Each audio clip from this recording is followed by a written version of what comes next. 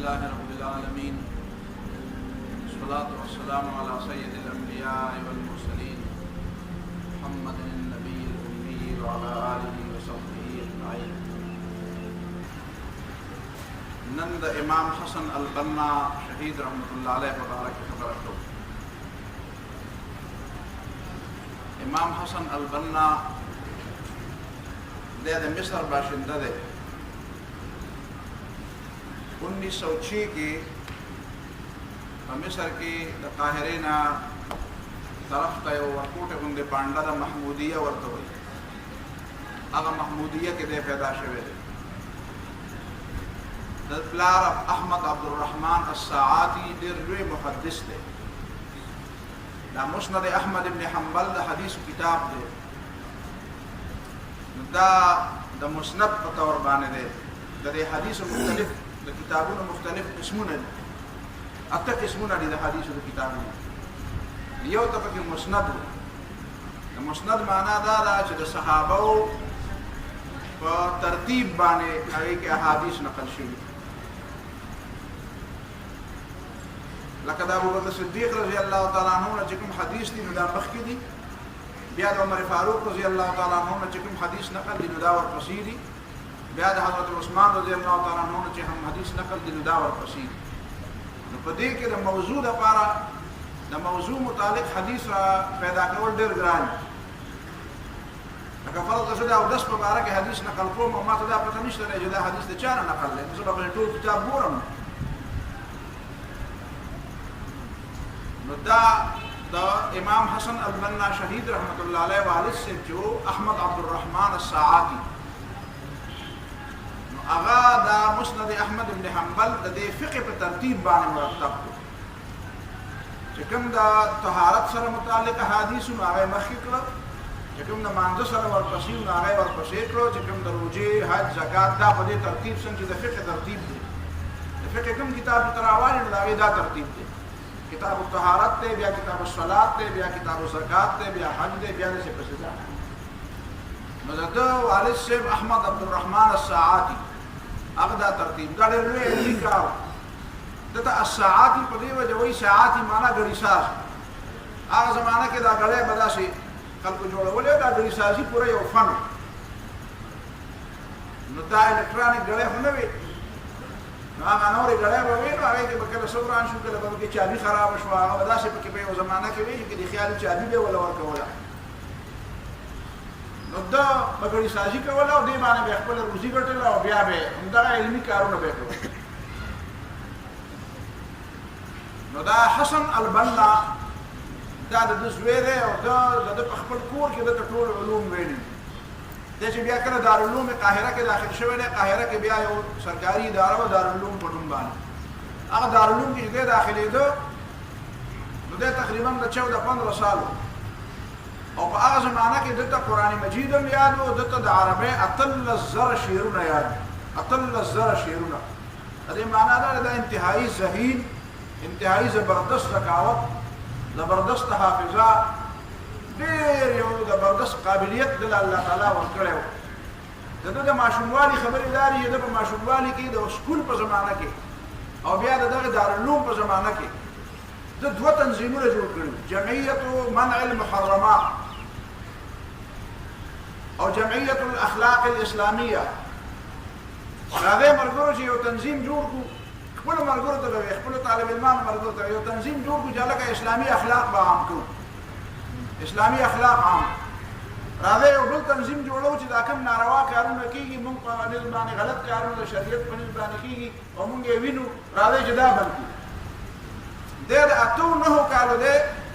और द नील पहाड़ बानी यो किश्ते दा और दा किश्ते बानी यो तस्वीर लगे दे और तस्वीर बरबन दे नीम बरबन तस्वीर दे और दे किश्ते वाला वरगले रे वरतवे जबूर दा खुदर बदखकारी और दा नारवा दा और दा गुनाह दा और दा मकवा अब वत गुरी दे माशूमता शर्म वला वर्जी बिया पुलिस वर्जी ना पुलिस ते वर्जी अब पुलिस तो विदा वर्ष कनदा मनी के कनदा हुदूर दा मुसलमानान वतन दे दा हम मुसलमानान और दादा गुरु दा गुरु गलत तस्वीर लगोले ने न आखिर का शरीलम हया वर्षी और पुलिस वाला मतलब गुरु दा माशूम दे जदे रा खबर कि कम से कम दखलेना मो रहेगा और लोग ने हयाम प्रदान के पैदा कर नागा तस्वीर मेरी بیا دې خپل مرګورو ته وایي چې راځئ یو کار وکړو چې څوک په مونځ کې غیر حاضر کېده نو هغه نه به دومره جرمانه لي چې چا کنځل کول نو هغه نه به دومره جرمانه لي که چا مور ته کنځل وکړو هغه نه به ډبل جرمانه لي که چا پلار ته کنځل وکړو هغه نه به دومره که چا ملګري ته که چا د چا نه ملګري نه غلا وکړه که چا د چا ملګري سره جګړه وکړه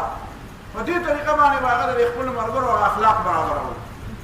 د ده د مونځ او د تلاوت ډېر زیات شوق حد درجه شوق یې د تلاوت خپلو ملګرو ته یې د طالب علمۍ په زمانه کې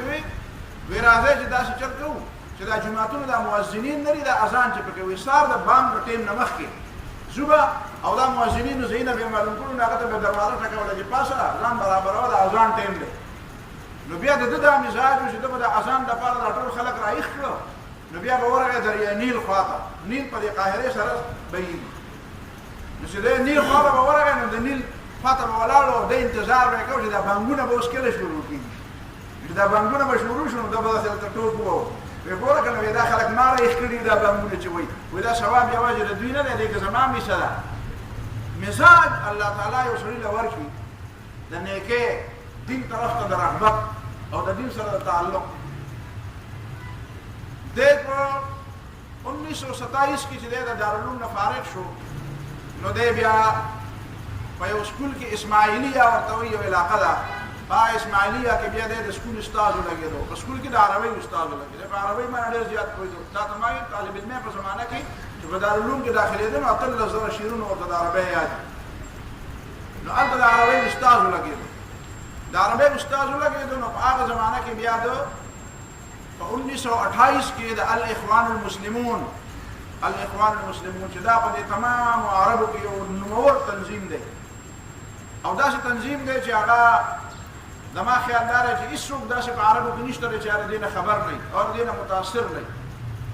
اوس خو دا د امریکې د نوې د 9/11 نه بعد چې کوم صورتحال را پیدا شوی دی په دې کې خو صورتحال بالکل بدل دی نو پروپیګنډې هم ډېرې زیاتې دي او ظلم هم ډېر زیات دی او فسادات هم ډېر زیات دي او الزامونه او بهتانونه هم ډېر زیات دي په بهرحال د دې غریبانانو سره الاخوان المسلمون سره په دې مصر کې د ابتدا نه ډېر زیاتي روان د ابتدا نه سره ډېر زیاتي روان 1928 کې چې دا تنظیم جوړ کړو الاخوان المسلمون نو د سکول نوکرۍ نه استعفا ورکړه او هولي سولي ځان مکمل طور د الاخوان المسلمون ته حواله کړ د دې د تربیت ډېر یو زبردست نظام دی د دې د تربیت دونه بهترین نظام دی چې حقیقت کې دا چې څنګه ته ما دلته د تحریک مجاهدین خبره کړې وه د سید احمد شهید رحمت الله علیه د ملګرو همدغه شان د دې د تربیت نظام دی چې د دې د تربیت په دې نظام ځان پوهې نو د دې هغه د نفس اصلاح د دې د عقیدې اصلاح د دې ذکر اذکار تلاوتونه تهجدونه اجتماعګانې شب بیدارۍ او بیا یوازې دا نه بیا په دعوت کې چې دا همتن دعوت دي تاسو به حیران شئ دا د اخوان چې څومره کارکنان دي اکثریت د دې طریقه دا ده چې دا په کټ کې نه سملي دا په ځمکه سملي د دې طریقه دا ده چې دا به همیشه قرآن مجید ځان سره په جیب کې ساتي دا چېرته یو منټ خاموش دا نه پاتې کېږي د دې اصول دا دي اصول د دې طریقه دا یو لس اصول درته زه وروسته بیانوم چې دی لس هدایات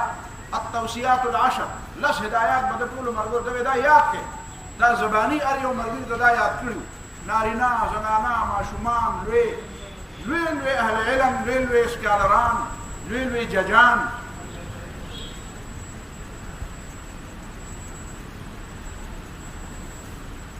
نو دا د متاثر کړي داسې بظاهر خو د ده هغسې لوی ډګریان یې د سره نه وي خو لوی پي جي ډاکټران لوی سکالران لوی ماهرین ججان دا واقع ده د دعوت نه متاثر وو ځکه انتهایي د ده په دې خبره کې یو زبردست تاثیر وو ځکه چې هغه د خدای د رضا نه بغیر بله څه مقصد یې ونه ضمیر انتهایي پاک وو زړه یې پاک وو فکر یې پاک وو الله سره چې کوم تعلق وو هغه ټولو نه اعلی او بهترین تعلق د خدای سره هر وخت د شهادت په تمنا کې به ګرځېدل جهادي تربیت دا د خپل ملګرو جهادي تربیت به کو جهادي تربیت باقاعده ورزشونه به کول د خپل ملګرو باندې دا لازم کړی و چې کوم ملګری د ناراستۍ د لاسه بیمار شي دا به زموږ رکن نه وي دا به زموږ کارکن نه وي د دومره ناراسته دی د خپل ځان لحاظ نه ساتي دا به مرګور لازم کړي و چې څنګه مونږ فرض دی روزه فرض ده داسې د خپل ځان خیال ساتل هم فرض دي ته چې بیمار نو توبه هم هغه حدیث باندې به عمل کوو چې المؤمن القوي خير واحب الى الله من المؤمن الضعيف وفي كل خير طاقتور مؤمن د الله تعالی په نسبت باندې د کمزوري مؤمن نه ډېر بهتر دی طاقتور مؤمن او طاقتور نه مراد یوازې دا طاقتور نه دی چې وجودي غټي طاقتور نه مراد په ایمان کې طاقتور په اخلاق کې طاقتور په کردار کې طاقتور او په جسم کې طاقتور نو دا طاقت د ایمان دا طاقت په اړه یو خبره کوي چې جسمانی طور ته طاقتور یو ته روحاني طور طاقتور نه دا طاقتور نشوي اخلاقی طور ته طاقتور نه وي دا ته طاقتور نشوي لہذا د خپل ځان صحت خیال ساتل د صحت خیال ساتل دا د خپل کارکونانو باندې لازم کړی بیا په دې منځ کې د فلسطین مسله راغله سن 1947 کې فلسطین مسله چې راغله د فلسطین د مسلې لپاره ډېر زبردست یو تحریک وچلاو مصر خو د انګریزانو تحت دا شاه فاروق چې د انګریزانو کې نه ولې اصل قوت خو د انګریزانو فلسطین هم د انګریزانو سره بیا چې د يهوديانو او د مسلمانانو اعلان بالفور چې تاسو پیژنئ یا د هغې متعلق درته معلومات دي نو په هغې کې دا طریقه وه چې د مصر به د مسلمانانو او د یهودیانو په منځ کې تقسیم کړي خو هغه تقسیم داسې بیا ونه شو چې څنګه نیم د یهودیانو شي او نیم د مسلمانانو شي بلکې د 70% نه زیاته حصې هغه یهودیانو له ورکړله او دا باقي 30% حصه چې دی دا یې مسلمانانو له ورکړه مسلمانان بیا د هغې خلاف راپاڅېدل امین الحسیني چې د فلسطین مفتی اعظم هغه د اعلان د جهاد دلته حسن البنا شهید رحمت الله علیه خپل مجاهدینو ته د جهاد اعلان د 10,000 نواله تر د 12,000 پورې منظم فوج تیار کړي امام حسن البنا شهید داسې منظم فوج تیار کړي د هغه خیالو چې دې باندې دا مکمل فلسطین اخلم د يهوديانو مسله دا و چې کله دا فوجونه ولېږل ته فلسطین ته دلته ولا باقاعده جهادونو چندې ولا وکړي اسلحې ولا واغستې فضا یې پرې دغه کې همواره کړه که ستاسو خیال لکه په یو زمانه کې دلته د افغانستان جهاد چې شروع شو هغه سن 79 نه پس نو دلته په پاکستان کې دا فضا همواره شوه د جهاد لپاره ځای په ځای به جهاد کنفرنسونه وو ځای په ځای به د مجاهدینو لپاره چندې وي نو داسې یو فضا دلته مصر کې تیاره کړه بیا هغې باندې اسلحې واغستې خلکو له او بیا د مجاهدینو له سامانونه بیا چې هغه هلته ولېږل د ټولو نه بهترین د دنیا فوجونه د اردن فوجونه وایي د اردن فوجونه د مصر د فوجونو هم دا اعتراف دی چې د مصر فوجیانو هلته دونه کار نه دی کړی په دغه 47 په دې غزا کې 47 48 کې چې کوم جنګ هلته روان لکه څومره جهاد او څومره بهترینه طریقه کارکردګي چې دی الاخوان المسلمون ښودلې ده چې کله د مصر حکومت دې ته وکتل او د انګریزانو دې ته وکتل دلته بیا حسن البنا شهید رحمه الله ته خپل قوت معلوم شو په لکونو دغه وخت کې د سره د چې به یو جلوس ایستنه به یو جلوس کې به کم از کم د 5-7 لاک نه زیات خلک به وکړي 15 لک نه به کم خلک به په یو جلوس کې نه وو زه جهاد دپاره د فلسطین دپاره د فلسطین په حق کې بیا ډېره زیاته اواز چپ کړی وایي زما هیله زما ټول ژوند د فلسطین دپاره دی وایي دا ډېره زیاته اهمه معرکه ده په دنیا کې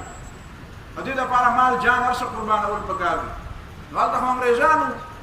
انګریزانو دې ته وکتل چې دی خو هلته په فلسطین کې دا کړي دلته بیا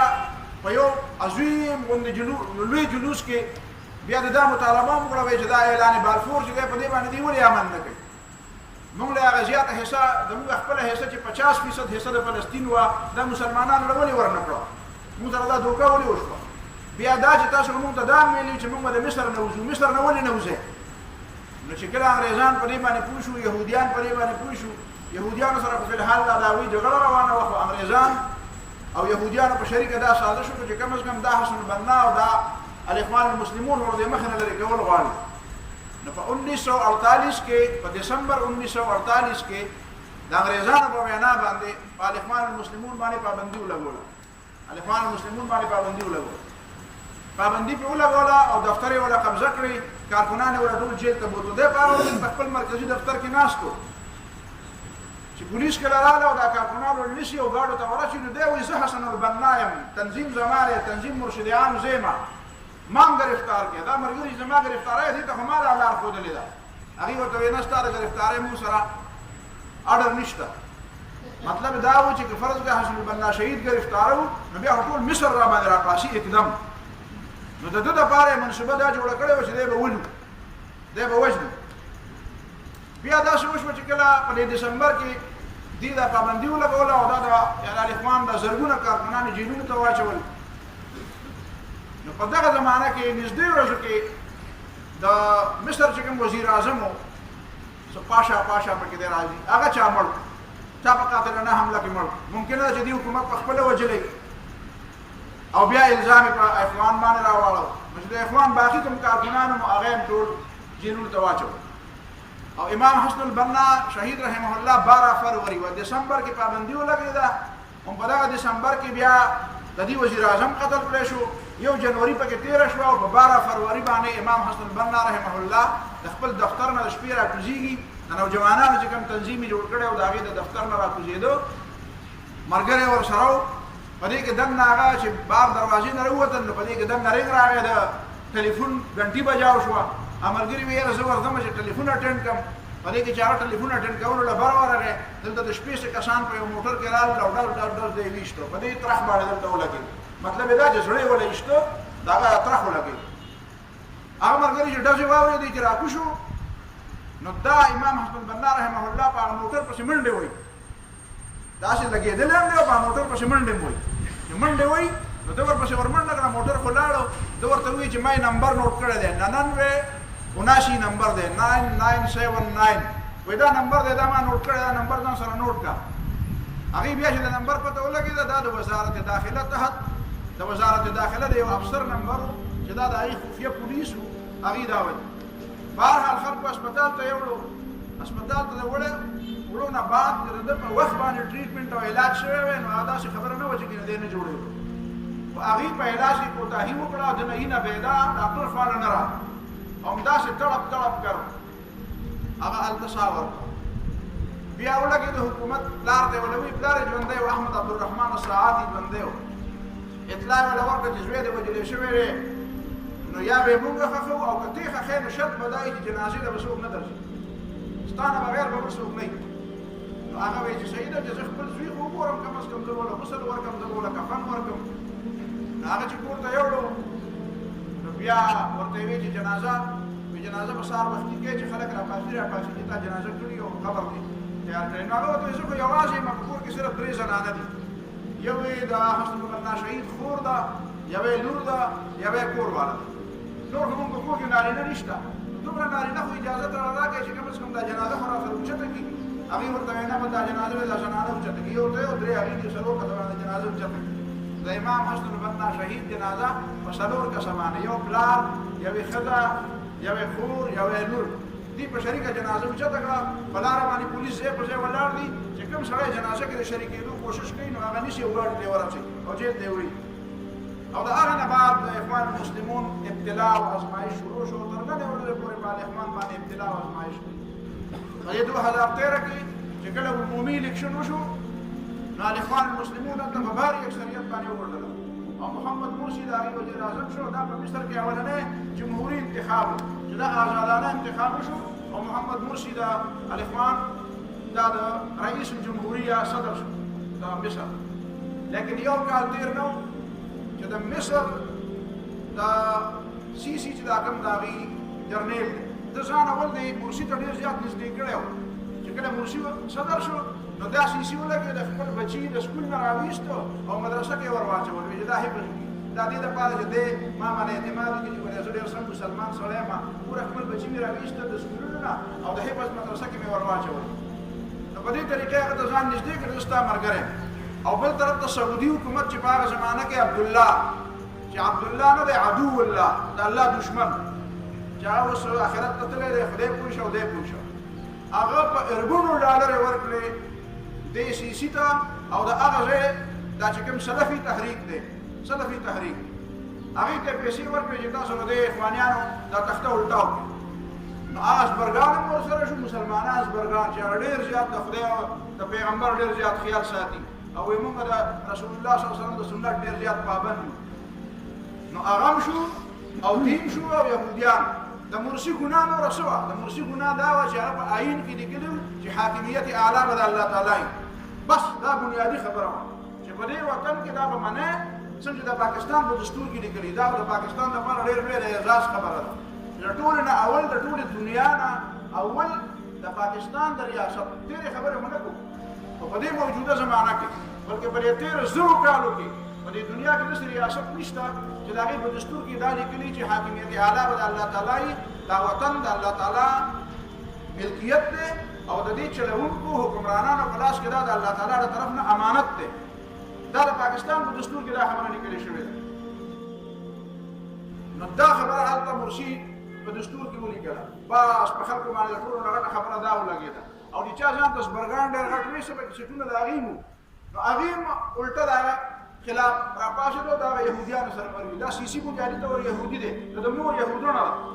په یهودیانو کې دا طریقه ده چې هغه وایي چې زموږ نسب مور طرف ته ځي چې د کومې یهودونې ښځې اولاد دي لکه پلار یې مسلمان دی او که هر څه چې خو د هغه بچي به یهودیان دي دا د هغوی نظام دی د هغوی سیسټم دی نو هغه وایي دا سیسي خو زموږ یهودي دی نو هغه نظام دی او بیا د هغې نه بعد چې کوم ظلم هغې وکړو هغه ظلم پوره یو داستان دی دا د الاخوان المسلمون د امام حسن البنا شهید رحمه الله مختصر تاریخ دوه خبرې د هغې ډېرې زیاتې اهمې یو دا چې په 1947 کې قائد اعظم رحمه الله چې کله لندن ته د مذاکراتو دپاره نو په لاره کې دی په مصر کې هلته پاتې شوی دی نو الاخوان المسلمون حسن البنا شهید رحمه الله سره ملاقات کړی حسن البنا شهید رحمه الله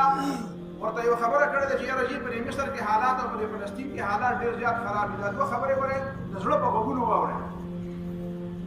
حسن البنا شهید رحمت الله علیه قائد اعظم رحمت الله علیه ته وایي چې ته خو هلته ډېر لوی لیډر یې په هندوستان بر صغیر کې نو دلته د مسلمانانو ډېر زیات بد صورتحال دی نو مصر کې هم زموږ ډېر بد صورتحال دی په فلسطین کې هم د مسلمانانو ډېر بد صورتحال دی نو لهذا د دې صورتحال څخه غم پکار دی نو قائد اعظم رحمت الله علیه ورته وایي چې امام صاحب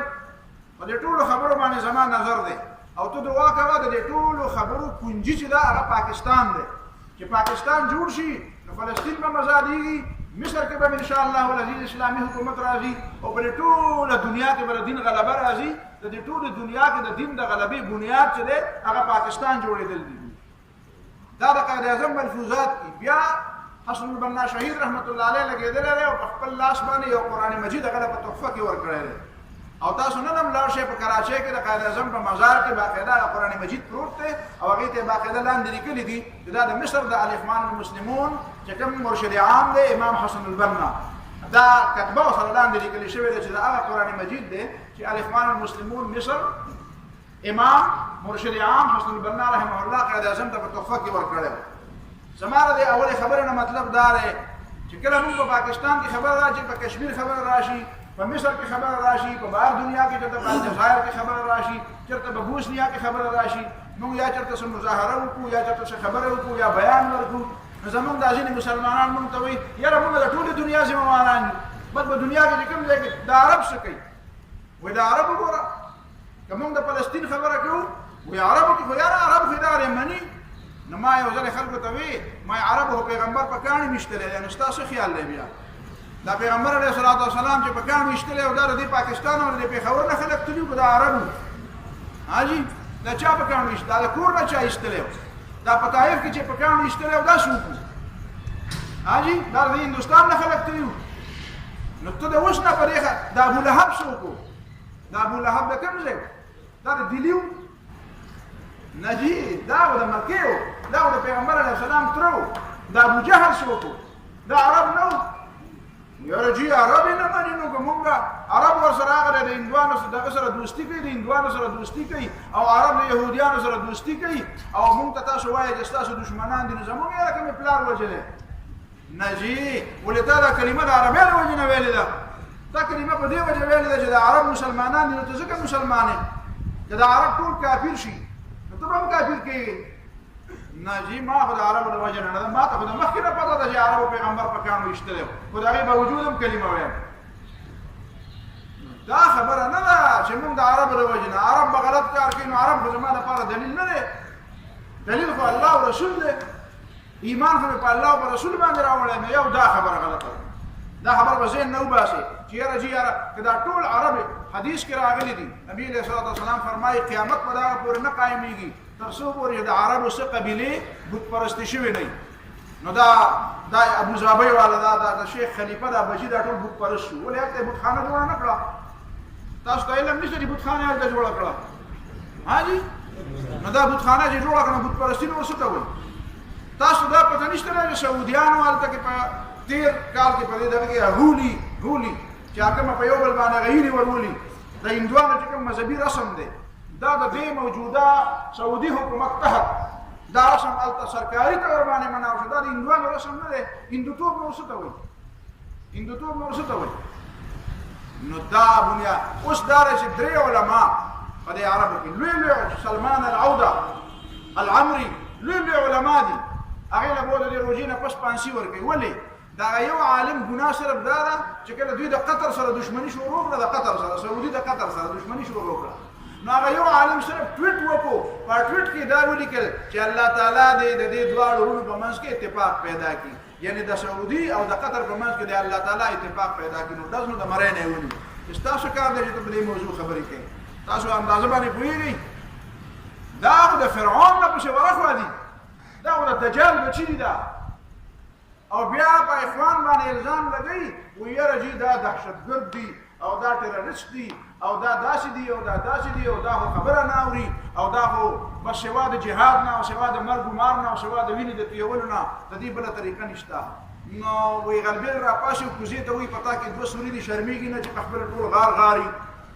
نو دا الزامات چې په اخوان باندې لګي په حسن البنا شهید لګي یا دلته په مولانا مودودي او په علامه اقبال لګي نو دا څوک خلک دي د دې څه پس منظر دی دا څه کارونه کول غواړي دا د چا په غیر کتاب ورچي خبره باندې کې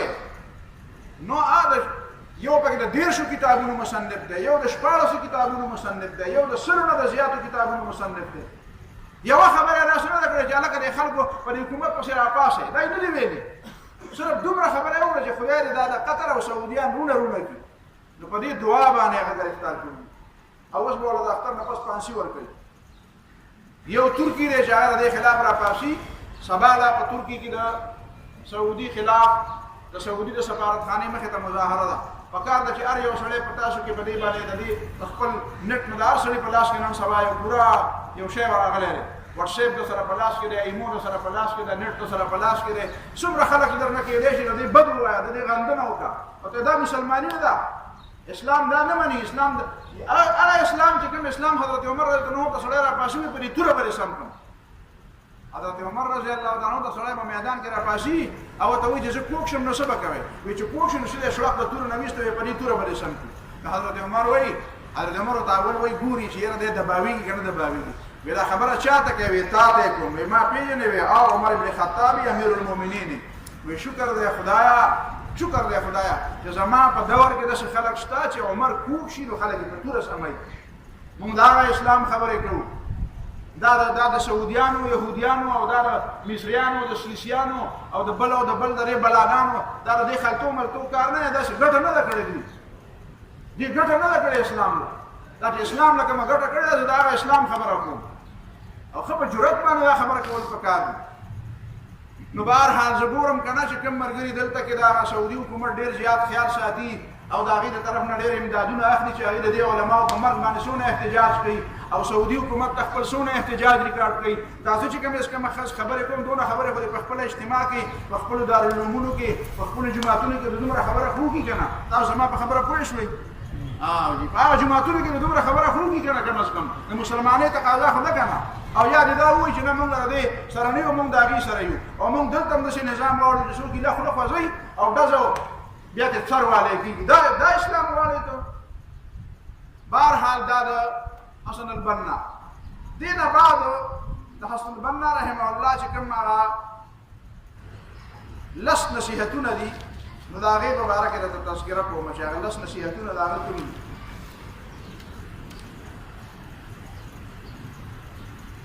اولنې خبره چې هغه کوي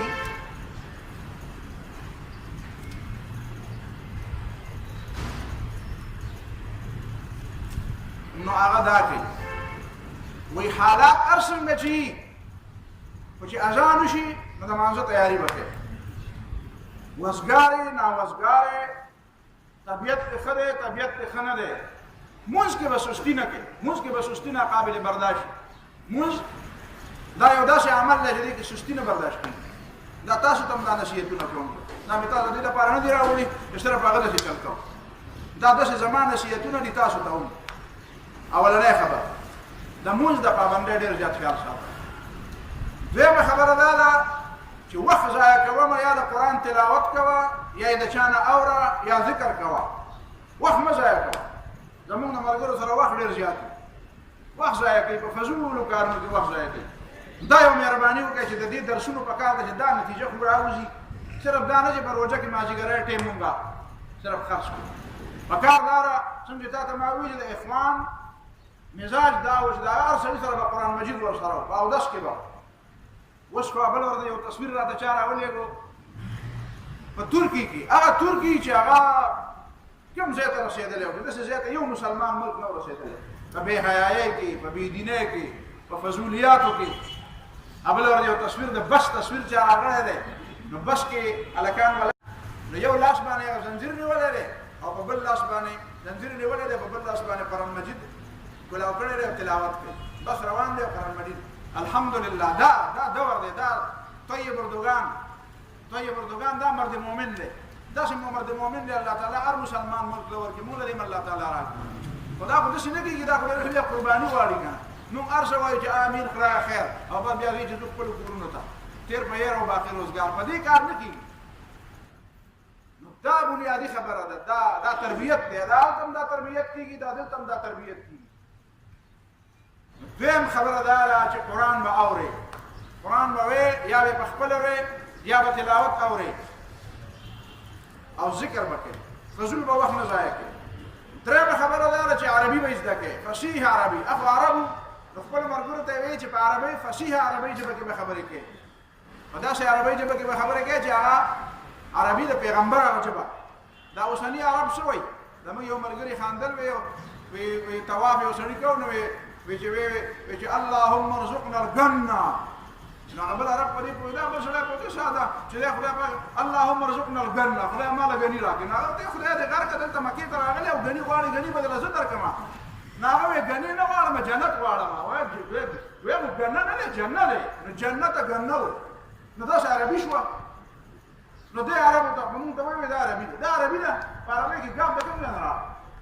نو شیخ حسن البنا به خپلو ملګرو ته وایي چې دا ګډه وډه عربي مه وایه صفا عربي وایه چې کومه د پیغمبر عربي وایه کومه چې د قرآن عربي ده نو تاسو ته هم دا وایم چې عربي ژبه زده کړئ دوه ټکي د ورځې زده کوه دوه ټکي د ورځې زده کوې که نه نو چې یو کال تېر شي نو څومره ټکي به دې زده کړي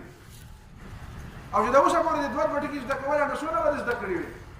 نو دا درېیمه خبره شوه چې عربي ژبه زده کړه چې بیا د قرآن په خوند باندې پوه شي بیا به داسې زمونږ په شان دا لیونتوب د خدای تا ته هم در منتقل کړي دیکھا ہے جو کچھ میں نے اوروں کو بھی دکھلا دے چې بیا به داسې غم ته مخته شي چې په دې قرآن نه ته مزه والې بیا ته د دنیا بې حقیقت ښکار بیا په دې پوه شي چې اوهو چې څه مزه ده خو د الله او د الله د رسول په مینه کې ده او د الله او د الله د دین په تعلیماتو کې ده یعنې په خوند لږ پوه شي نو درېیمه خبره دا ده چې د فصیح عربۍ ژبې د زده کولو کوشش وکړه څلورمه خبره دا ده چې دا یو بل سره پر وړو خبرو باندې دا مناظر بازی مه کوه دا دوه کسان چې یو بل سره کینې او دی د هغه په خبره نه پوهېږي او دا بل د ده په خبره نه پوهېږي وایي یو پنجابی او یو پښتون به دواړه په لاره روان وو نو دواړه ډوډۍ بیا مونږ ته چې ډوډۍ بیا مونږ ته هغه پښتون ورته وایي چې نیمه ستا او نیمه زما او پنجابی ورته وایي نه آدھی تیری آدھی میری هغه وایي څنګه ده خوله ولې وسوم زه ورته وایم نیمه زما او نیمه ستا هغه وایي نه آدھی تیری آدھی میری نو دواړه به یو بل راکېښول نو بل سړی ورته راغی ورته ویې دا څه جګړه ده نو ده ته وایي ته څه وایې هغه وایي زه وایم چې خدای دې دا غر کې خو نیمه ډوډۍ ستا شوه نیمه زما شوه وایي دی نور څه وایي چې آدھی تیری او آدھی میری هغه ته وایي ته څه وایې وایي زه درته وایم چې دا نیمه ستا شوه نیمه زما شوه دی ما ته وایي خو پښتون دی نو څپېړه رانه وباسي هغه ډوډۍ نیمه کړه نیمه یې دله ورکړه نیمه یې دواړه په کوکړو شوې دغه ما وینو نو زمونږ د خلکو دا علي دی د هغه په خبره نه پوهېږي او هغه د ده په خبره نه پوهېږي او باس روان وي او بعد ژبې هم راوباسي یو بل ته او دا برګ بوګ هم شي او کله پکې بیا مټ هم راونغاړي وایي چې دا باس کله جګړې ته ځي که نه بس بیا غلی شي وایي دا باس کله جګړې ته ځي نو بیا غلی شي بیا په دې مصر کې یو بله طریقه تاسو ته ما ویلي د هغوی عامه طریقه بیا ده د دې په دې عامو خلکو کې یو کلچر جوړ کړو پوره د قرآن دا کلچر یې ملته عام کړو هلته طریقه څه ده؟ هلته طریقه دا ده چې مړی وشي نو زمونږ په دې کې به خلک وایي بس راشپېل به وایي لاس اوچت کړې لاس اوچت کړې نو سمه دوا هم نه کوي خو هسې لاس اوچت کړې که سمه دوا یې کولې خو بیا به مې یو خبره وه نو چې څو کسان راغلي 3 کسه 5 کسه راغلي نو هر سړی به وایي لاس اوچت کړې بیا به هغه بل ځان نه وایي لاس زما خو نه دی زما په هغې خو چا اوچت نه کړو نو هسې بس لاس اوچتول مطلب دی نور دوا خو هغسې نه وي هلته طریقه دا ده چې هلته به یو ښه قاري به راوغواړي مجلس به ناشي مړی شوی دی دعا ته خلک ناست دي بس یو کس راوغوښتو ښایسته قاري هغه یو ګنټه تلاوت یو ګنټه به تلاوت وکړي او خلک به تلاوت واوري بس په آخر کې به فاتحه ووایي دعا به وکړي بس خبره به ختمه شي نو دا د قرآن دا خبره هلته دي عامه کړه بله دا خبره عامه کړه چې 2 کسه د یو بل سره باس کوي دواړه اوس په باس کې یو بل سره تیز شي نو چې کوم یو په باس کې تیزېږي نو هغه بل ورته وایي وصلي علی رسول الله وشابه په پیغمبر درود ووایه ناغوی اللهم صل علی محمد وعلى آل محمد نو بعد جسم مساحت بشي خبره دی راشي نو بیا وایي بس خبره ختمه شوه بعد دې وخت دا خبره اوس نه پوهې کېږي دا نه حل کېږي په دا خبره په دې ځای پرېږدو دا بیا سبا ډسکس ځکه چې اوس ته ځان نه په غوسه کې ته زما هغې ته غوږ نه ږدې او زه ستا هغې ته غوږ نه ږدم نو بیا خبره خو جګړې ته ځو چې جګړې ته ځي جګړې ته یې نه بوځو بس هلکه دا خبره په دې ځای پرېږدو نو دا پکې څلورمه خبره ښه چې کومه خبره په دې پوهېږي چې دا خبره دی دا موږ له دې الله تعالی دا صبر راکړي دا یوازې تاسو ته نه کوم دا نصیحت ځان ته کوم دا ګران کار دی وما یلقاها الا الذین صبروا دا خو د صابرانو خلکو کار دی او صبر دا په خپله ځان کې را پیدا کول غواړي الله دې په موږ کې را پیدا کړي الله دې موږ ته توفیق راکړي پنځمه خبره دا ده چې زیاته خندا به نه کوي وایي کوم سړی چې ډېر ډېر خاندي نو د هغه زړه مري د هغه زړه مړ شي الله تعالی هغه زړه ته ډېر زیات نږدې چې کوم زړه غمګین زړه وي او هغه غمګیني داسې غمګیني چې هغه د آخرت غمګیني د دنیا غمګین باندې غمګین نه وي کوم زړه چې متفکره دی د آخرت په غم باندې غمګین دی هغه داسې بې ځایه بې خرته کله کله خندا خیر دی کله کله خو حضرت عمر رضی الله تعالی عنه هم خندلي دي دا مکه معظمه چې نبی علیه السلام فتح کړه نو زنانه به راتلې نو د هغې نه به یې بیعت اخیستو نو نبي علیه الصلاة والسلام ناستو حضرت عمر رضی الله تعالی عنه ته یې ویې ته د دې ښځو نه بیعت اخله نو په دې کې یوه ښځه راغله پردی کړې ده مخې پټ کړی نو قرآن کې سورت ممتحنه کې آیاتونه دي اذا جاءك المؤمنات یبایعنک چې مؤمنانې ښځې راشي او تا سره بیعت کوي نو ورته یې ویې شرک به نه کوې ویې ښه نه به کوو وی غلا به نه کوې وی ښه نه به کوو وی زنا به نه کوې وی او تزني الحره وی داسې شریفه ښځه چې پلار او نیکې معلومي او نسب یې معلومي هغه هم لا زنا کوي نو حضرت عمر ورته وی خبرې مه کوه ورته نه به کوم نه به یې کړی او نه به یې کوم بیا ورته وی ولا یقتلن اولادهن وی بچي به نه وژنې خپل بچي به نه وژنې نو دا ښځه ورته وایي وی موږ نه دي وژلي موږ خو ډېر په ناز لوی کړي وو خو تاسو راله مړه کړو نو فانتم وهم اعلم نو تاسو ته به پته وي هغې ته به پته نو نو حضرت عمر رضی الله تعالی عنه وی دا څوک ده وی دا جي هنده ده هنده د پیغمبر علیه السلام د تره هغه زړه چې را ایستلی و او بیا یې چیچلی و هنده جګرخواره نو حضرت عمر رضی الله تعالی عنه د دې په دې خبره باندې دونه مزې ته واغسته چې زه درته ویم چې بچي به نه وژنې دا وایي مونږ خو نه دي وژلي تاسو راله وژلي دي نو د حضرت عمر رضی الله عنه دې نه مزه واخلته په دې مزه اوس ته نه پوهېږې ځکه چې تا کې که اوس وایم چې لاس اوچت کړې چې چا غزا کړې ده او جنګ جهاد چا کړی هغه لاس اوچت کړې نو دا ځکه نه وایم چې بیا زما دا درس بدنام به شي وایي چې مړه یو پکې غازي نه و خیر دی یو دوه خو به پکې وي ډېر به پکې خو چې چا غزا کړې په دې پوهېږي وایي چې ما خو دا خیال و چې ما لیړه خوړلی دی خو زمونږ دا خیال دی چې اوس راته پته ولګېده چې دوی له موږ مړه خوړلی دی یوازې موږ لیړه نه دی خوړلی نو حضرت عمر دونه وخندل چې په شا پرېوته بلکل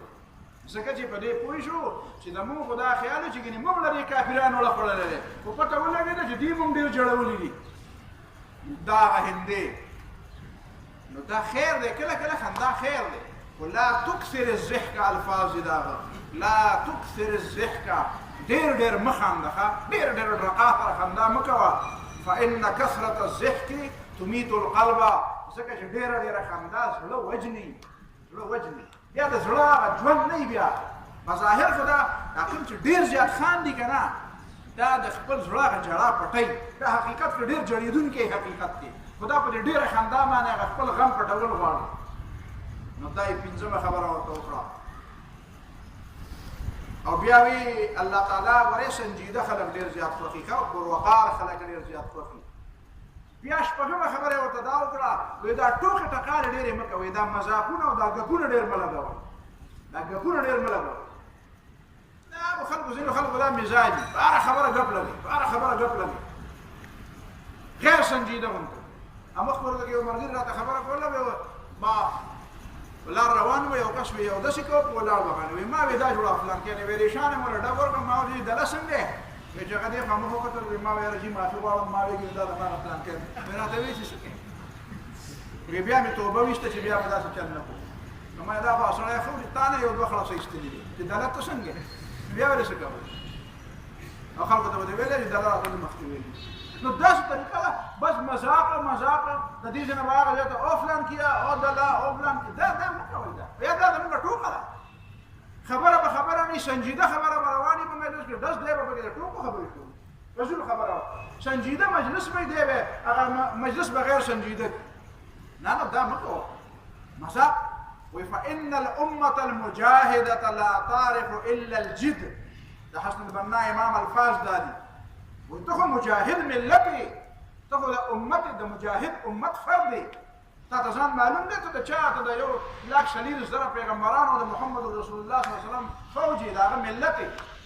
ته خو ډېر سنجیده پکار یې، بیا تا ته خو ډېره سنجیدګي پکار ده. دا شپږمه خبره. اوومه خبره دا ده چې کله تاسو دوه کسه خبرې کوئ نو پکار دا ده چې ته په ملګري باندې په خبره اواز اوچت نه کړې. په تقریر کې به سړی خپل اواز اوچت ډېرو خلکو ته یې اوري، خو چې کله دوه کسه خبرې کوئ نو پکار دا ده چې ته هغه خبره په دومره انداز وکړې چې ستا هغه ملګری واوري. ته په هغه باندې خپل اواز اوچتوه مه. ولې؟ وایي ځکه هغه مخاطب به د دې نه دا معلوموي چې ده کې ډېر تکبر دی او دا د تکبر نښه ده چې ګینې زما اواز په تا باندې دا طیب اردوګان چې د اسرائیلو د هغه صدر سره ناست و که نه نو هغه اواز اوچت کړی و. نو طیب اردوګان ورته وایي وایي دا چې کوم سړي سره دلیل نه وي که نه وایي خبرې بیا په زوره کړي. وایي چې کوم سړي سره دلیل نه وي تا سره دلیل نشته. هغه اسرائیلو هغه شمون پیریز ته وایي وایي تا سره دلیل نشته، وایي ته قاتل یې، تا سره کېناستل وایي او بیا ته پاسي او بیا هلته په استنبول کې داسې استقبال وشي چې یاره ده بلکل داسې نره خبره د اسرائیل وزیر اعظم ته وکړه. وایي تا د عمر کې زمانه مشر یې او دا خبره د اواز دې ډېر زیات غټ دی. نو وایي دا خبرې په زوره ځکه کوې که نه موږ خو درې څلور کسان دلته ناست یو. وایي دا ځکه چې تا سره دلیل نشته دی نو ته د خپل دلیل هغه کمزوري د اواز پرې زور کې وباسې. نو دا حسن البنا شهید ورته وایي